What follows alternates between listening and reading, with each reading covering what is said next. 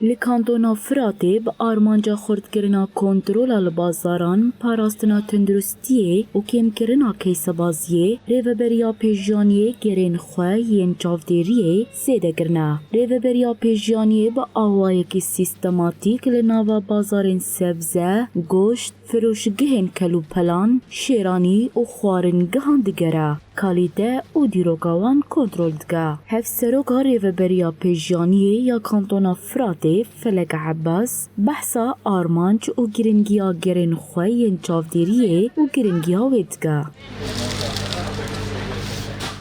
محلات التجميلة بقاليانا سوبر ماركتانا مذبحين مريشكانا جولات ما كسف كرنا جبوي غازن جملات برن مواد منتهية تاريخ خيم قديانا وشاكاوي خي برن أسعار خا غالانا هدف ما جفا جولاتنا أسعار ضبكن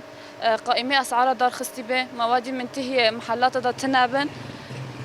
جبر قلي ماكو غازن شبر دبن تشتي بيشي جو كام دكن مواد صادر دكن مخالفات كن انذار دكن حسب هجار هي جاري ياكي جاري ديديا جاري سيسيا بشتكو مخالفه خبر دبجين محل شمع جكانن بكن ام ضبط بنا رياضيك بانذار جاري ياكي كتابيا ونرد بجن جاري ديديا مخالفات به طبعا مع مصادره غير جيد كن التنسيق مع سازي درجه ضبطي بلدي رابه دكتوري مسلخ البلدي رابه هفدر درت كيف صار قصابه هم اسعار دنيرن هم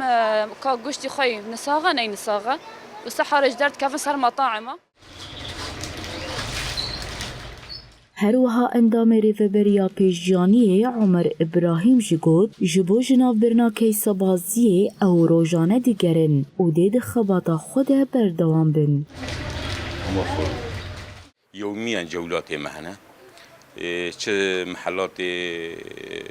تجميله به چه کسکایی به چه بقالی به چه افران بن يعني ساعات جمرة بيلتنا يعني بشكل كي يوميا دوري سي دوريون حتى يجاب جيبك شكاوي هبنجي دارن ناسكنين يعني هم نهال فيس بي هم نهال شارع تلالن ولجم ديكانه كي بلكي ما هناك نهال تلفجي دين ما قرتن او جي ما يعني تاريخي خا مربو او جي ما قرتن هال فيدركي Rêveberiya pêşjaniyê ji welatiyan daxwaz dike ku ji bo jinavbirina keysebaziyê bi wan re bibin alîkar û dema ku pêrgî nirxên buha hatin, xwe bighînin wan û giliyê xwe tomar bikin.